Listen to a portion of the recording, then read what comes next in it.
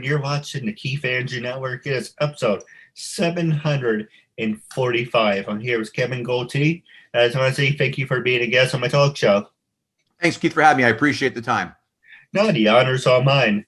For people who want to know what my talk show is about, whole point of my talk show is to show people that even with having a learning disability, I can still amount to something.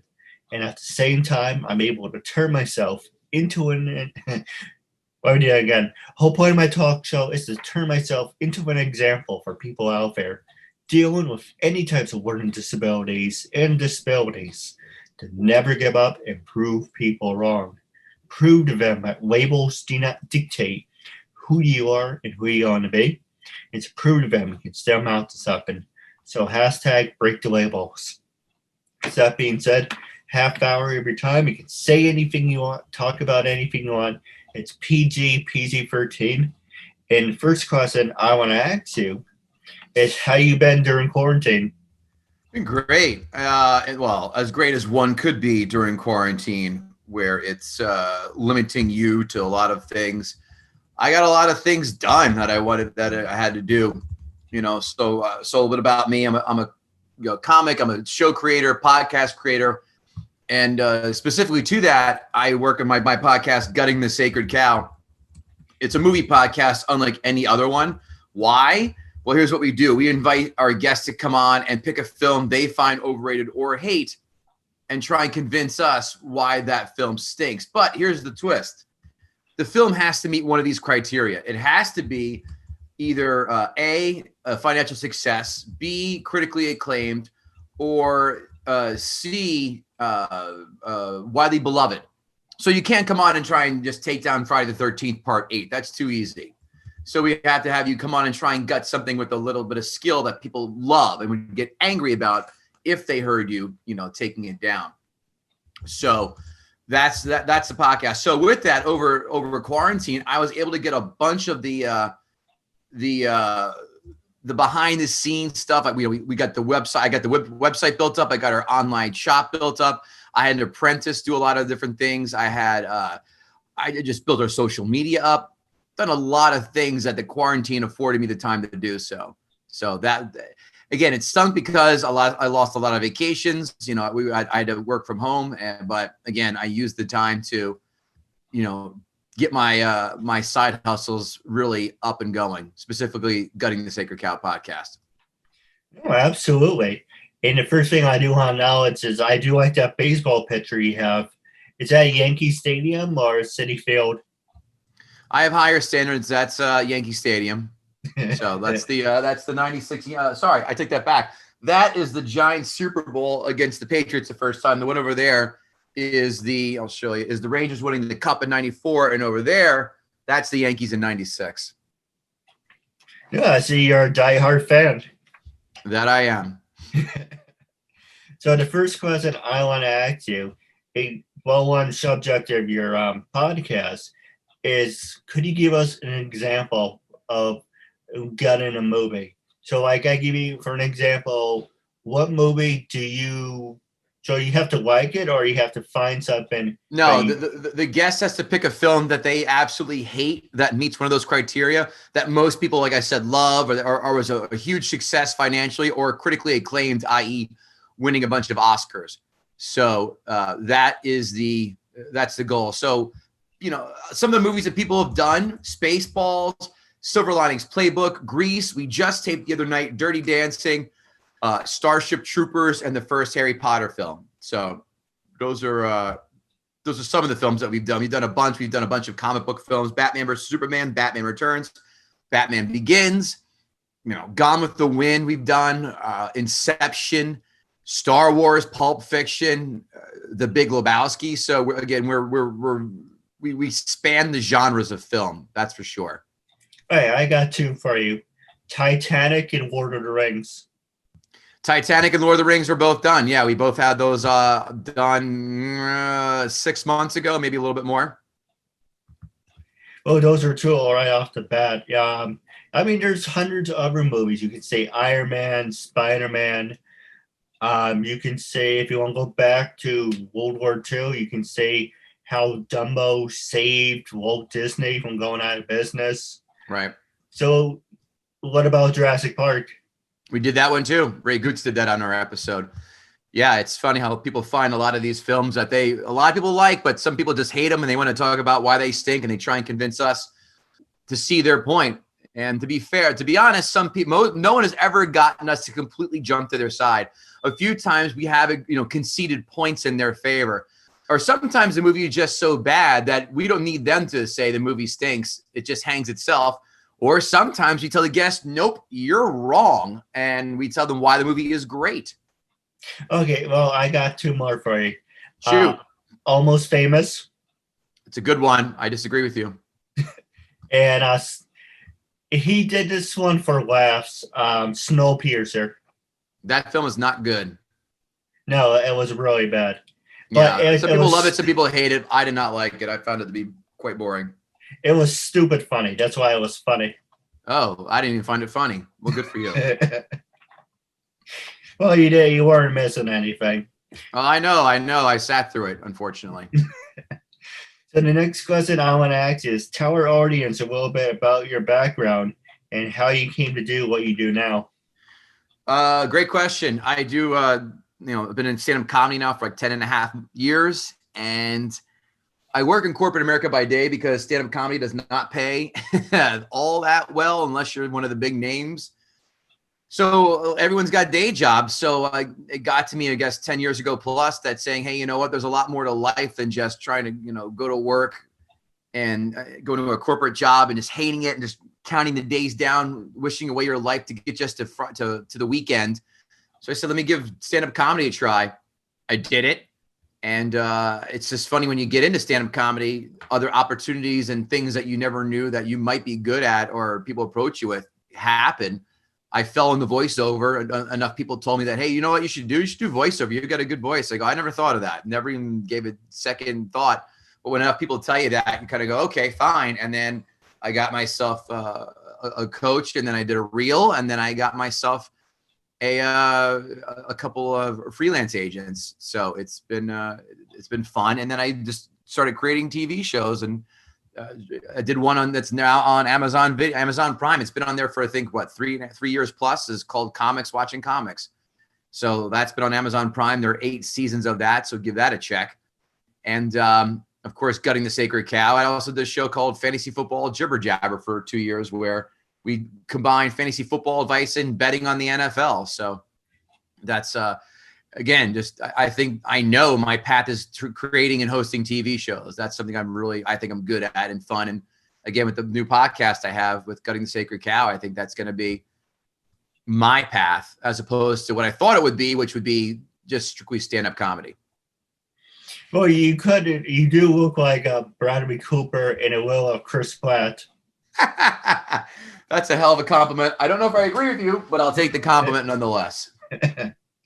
Now, while on the subject, what was the very first step that was it like? Did you see a movie? Did you read something about said, you know what, I want to do a podcast? And what were the steps that you had to take? So I'm very much a fan of take an established theme that people love, but have one hell of a hook on it, because there are so many people that have movie podcasts that are boring. No one cares about you and your 4 buddies' opinions unless you are, and this is an absolute anomaly, but you need to be insanely hilarious. But again, most of them are not. And that's just the way it is. It's just, hey, I love movies. I talk about it with my friends. If you're looking to do it as a hobby, cool. But I mean, you can't really expect people, unless you're a well-known person or have well-known guests, to listen to the podcast. That's just the rub. Again, unless you're insanely hilarious. So I said, hey, I'm a stand-up comic. I got a friend of mine who's my co-host, Kevin Israel, another stand-up comic. We both love films passionately. We were both quite vocal on Facebook about certain films. We agree on 75%, I would say, of the time. But the other 25%, we are, violently against each other. So I had the idea to do the podcast. I said, well, let's do a movie podcast, but let's do it where you can't pick on films that stink. That's too easy. Where's the fun? Let's try and see if people have the balls to go out and try and take down these classic behemoth films that have, again, made a lot of money, won Oscars, or people just love.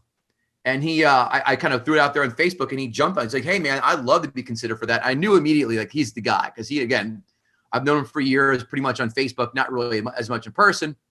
We've hung out together a few times, but pretty much our interactions have been limited to Facebook.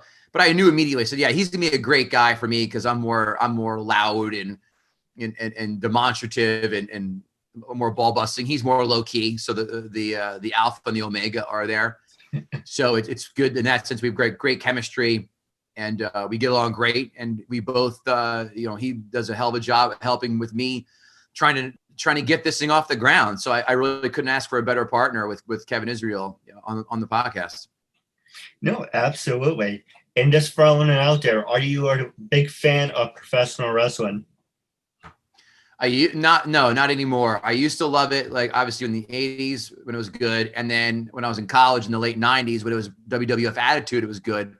But when The Rock and Stone Cold left, it's been downhill. I tried watching here and there. It's been terrible. Absolutely terrible. I don't know how guys my age still hold on to it. Maybe I guess because you grew up with it for so long, you never let go. But everyone will admit it's nowhere near as good. The performers now just don't have the same charisma as The Rock or Hulk Hogan or Ric Flair. No one does. No one. It's just not anywhere near the same. No, I agree with you 100%. There's times where I watch old episodes of Monday Nitro and WWF back in 95, 96, even 97. And I'm like, you know what? I would prefer to watch these old episodes to what we have now. The only thing it's good about today's wrestling is thank God the women got better looking over the years.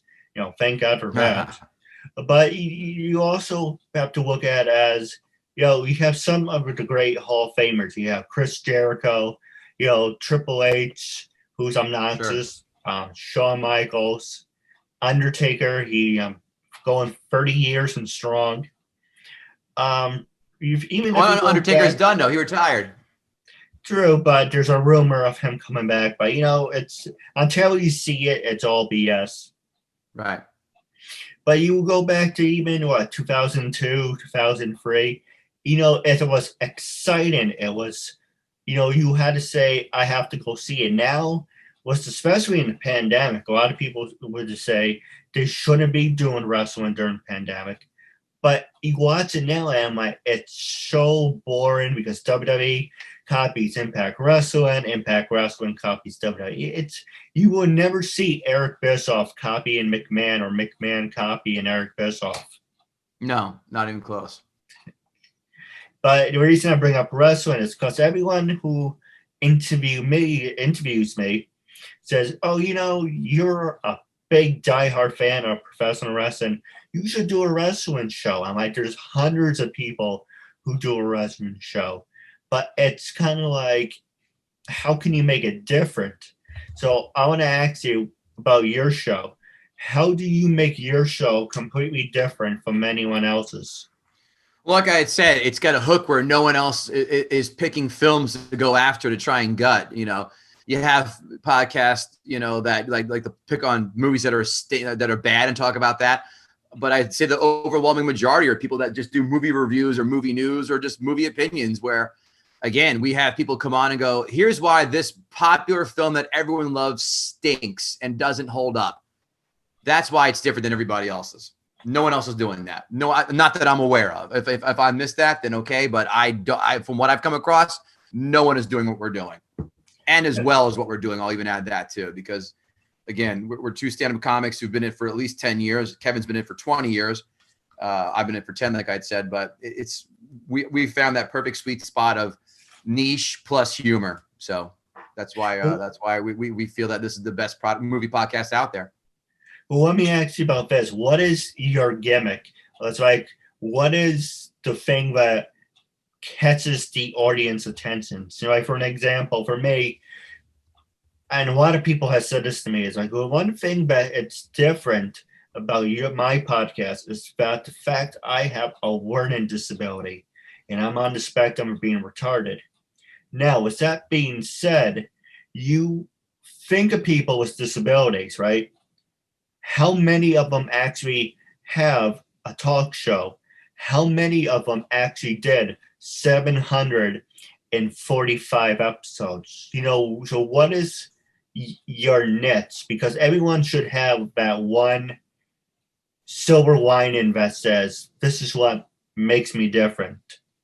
Well, I mean, we're definitely not like you. So we don't have any physical ailments like you do. So that's your hook. That's cool. But like I said, it's an established theme, but a completely different take. And that's why our podcast is different than everybody else. And that's why we're two stand-up comics who do a movie podcast that no one else has ever done. That's how we're different. That's our niche. No, absolutely. Now, the next question I want to ask you is, did you happen to see the debate last night? Nope. I watched the Giants and the Eagles game. I don't watch any debates.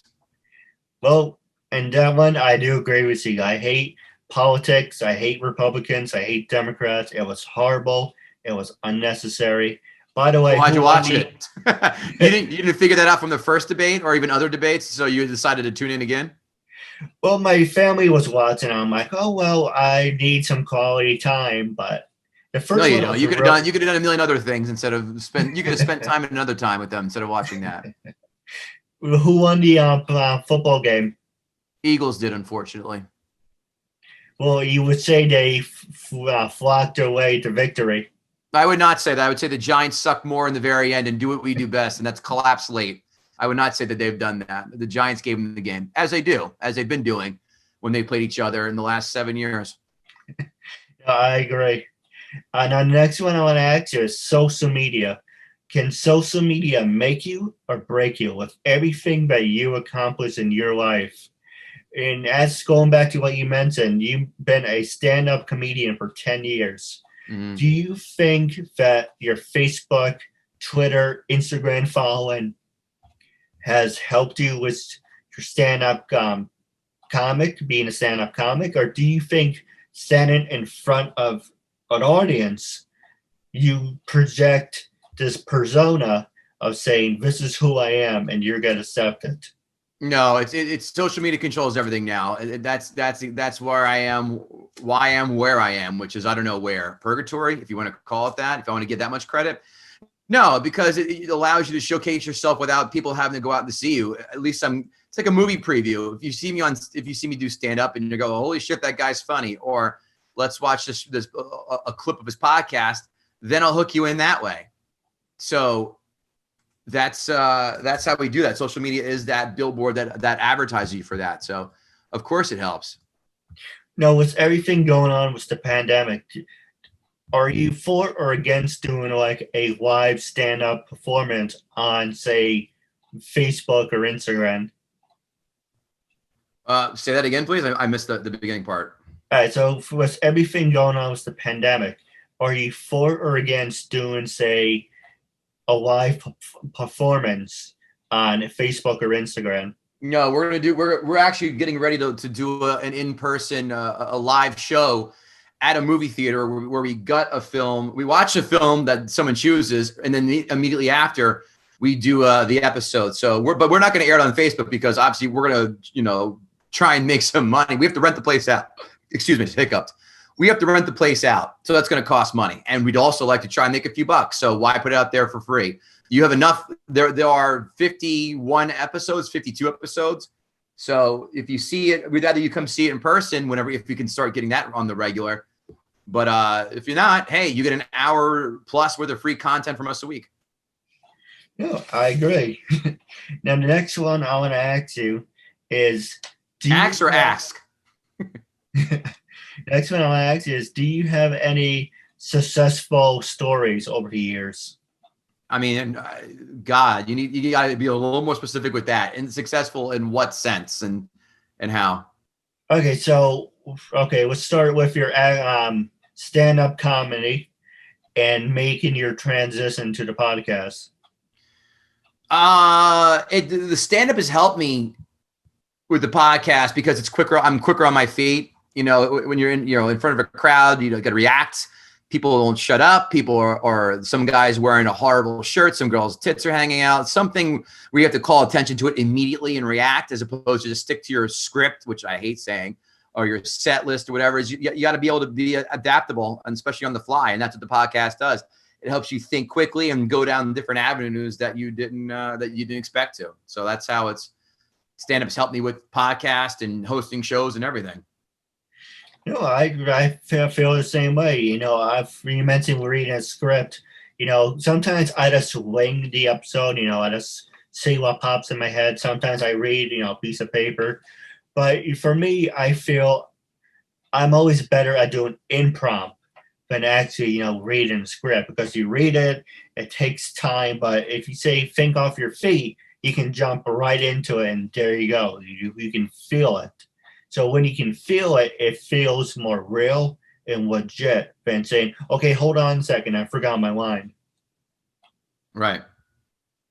But the next one I want to ask you is, what's coming up on the horizon for you, and where are you heading to next? What's coming on the horizon? Like I just said, we're looking to do a live show in person at a movie theater where we're going to watch the film.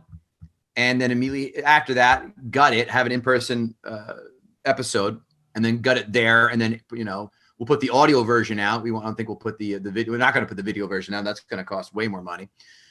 But yeah, so we're looking to get live shows going on more as the pandemic will allow us. I think we're only allowed to sell 40 tickets. So, for our first episode, for our first live show, I know we can do 40 tickets. And then just trying to get it bigger and bigger and bigger, where we can do, I don't know, hopefully indoor theaters where they're 1,000, 2,000, who knows? So if we can get it big enough to do that's the goal. And then quit corporate America. That's really the end game. No, absolutely. And let's do a little plug for, make sure everyone out there, social distance and use masks. Always wear a mask. I was going to say wear masks and gloves, but it's always important to wear a mask. Sure is. Now, the last question I want to ask you is, how can our listeners get in touch with you, and what are the next steps for them to get started with you? Sure. Go to Kevin Gootee. Actually, let's do the podcast, guttingthesacredcow.com, guttingthesacredcow.com. Every day, Monday through Friday, I should say. We have a new article out every day. Different themes include our hashtag list of 10. We pick a theme. We do a list of 10 every Monday. Our favorite movie quotes. We do movie news, movies that we've seen. And one of my favorites, movie sequels that we want to see or never asked for. All that on guttingthesacredcow.com. Find out where you can see and hear the podcast. We're on every single podcast platform imaginable. We have the link on our website to your preferred podcast of choice. So click that. We're also on YouTube, so you can see our smug, smiling faces as we take a film down. All that on guttingthesacredcow.com. And oh yeah, there's more. We also have a merch shop. So Keith, go on there, go buy yourself a hat, a Gutting the Sacred Cow hat, a Gutting the Sacred Cow shirt, Gutting the Sacred Cow bag, cell phone holder, tote bag, everything but an N95 mask we have on the website there. So again, guttingthesacredcow.com. Social medias, of course, Facebook, Twitter, Instagram. On Twitter, we're GTSC Podcast. And of course, I'm Kevin Gootee, kevingootee.com. I do NFL picks I put up there every week. Facebook, Instagram, Twitter. That's how you find me. And that's all the shout outs I got. But thanks for having me, Keith. I appreciate the opportunity with you. No, absolutely. I just want to say thank you for your time.